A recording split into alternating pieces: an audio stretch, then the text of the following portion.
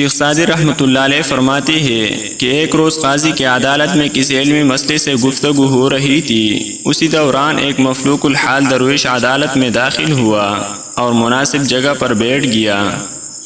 حاضرین محفل نے اس کی ظاہری حالت سے اس کی معمولی حیثیت کا اندازہ لگایا اور اسے اس جگہ سے اٹھا کر جوتوں کے پاس جگہ دے دی۔ وہ درویش اس رویے سے دل برداشتہ ہوا مگر خاموش رہا۔ اس وقت جس علمی مسئلے پر گفتگو ہو رہی تھی کوئی بھی اس مسئلے کا مناسب حل بتانے سے عاجز رہا۔ پھر ایک وقت آیا کہ وہ غصے میں بھر گئی اور ایک دوسرے کو لاجواب کرنے کی کوشش کرنے لگی۔ ان کی گردنوں کی رگیں پھول گئی اور منہ سے جاگ نکلنا شروع ہو گیا۔ وہ درویش اسی دوران خاموش بیٹھا، ان کی گفتگو سنتا رہا، پھر بلند آواز سے بولا کہ اگر تم لوگ اجازت دو تو میں اس موضوع پر کچھ عرض کروں گا۔ قاضی نے اس درویش کو اجازت دے دی۔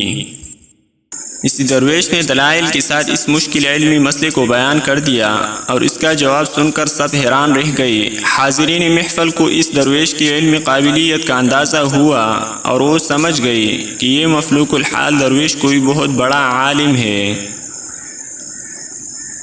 قاضی اپنی جگہ سے اٹھا اور اس نے اپنی دستار اتار کر اس درویش کو دے دی اور کہنے لگا کہ صد افسوس ہم آپ کے علمی مرتبے سے آگاہ نہ ہو سکے، آپ اس دستار کے قابل ہیں۔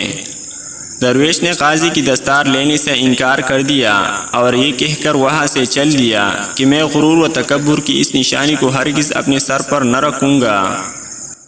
یاد رکھو کہ انسان کا رتبہ بہتر لباس سے نہیں بہترین علم سے ہوتا ہے، اور کوئی شخص صرف سر بڑا ہونے کی وجہ سے عالم نہیں بن جاتا، ورنہ کدو کا سر سب سے بڑا ہوتا ہے۔